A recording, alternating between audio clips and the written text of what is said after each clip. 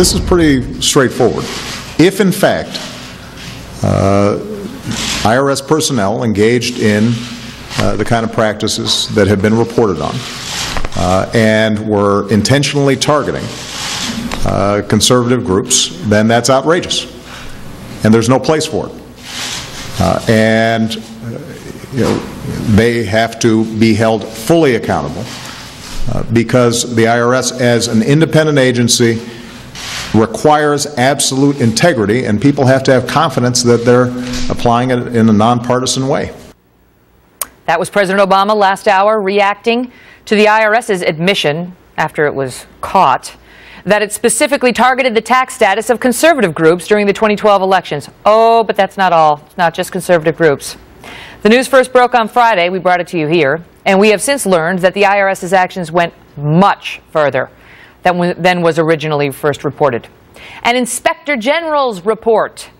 See, they were working on this, examining the IRS, and it was determined that they had done some things. And then came the sudden admission. They find that this practice started back in early 2010 with the IRS looking into Tea Party and Patriot groups. Oh, but that's not all. By June of 2011, the list had drastically expanded, and it now included groups that focused on government spending, government debt, and taxes. If you're interested in one of those, your IRS may have been targeting you for extra screening and scrutiny if you sought tax-exempt status. Lou Dobbs is host of Lou Dobbs Tonight on the Fox Business Network, and that's not all. They wanted extra scrutiny and information on groups whose goals included limiting government and educating on the Constitution and Bill of Rights. Anyone criticizing how the country is being run, anyone lobbying to, quote, make America a better place to live. And so my question to you is, does the president understate it when he calls this, quote, outrageous? What is outrageous is that the president of the United States this morning stands before the American people and lies through his teeth. That is what is outrageous. How did he lie? This president said, if we find out that they did these things. There is no if.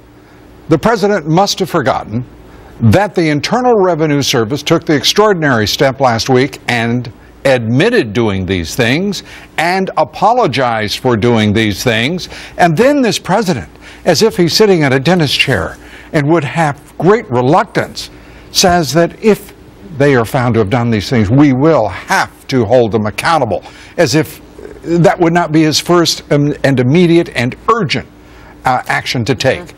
This is a president who has lost his way, and the demeanor of this president in this press conference, angry and I absolutely as intransigent in his viewpoint that nothing, move along, there's nothing here. Certainly on Benghazi we saw that. But let me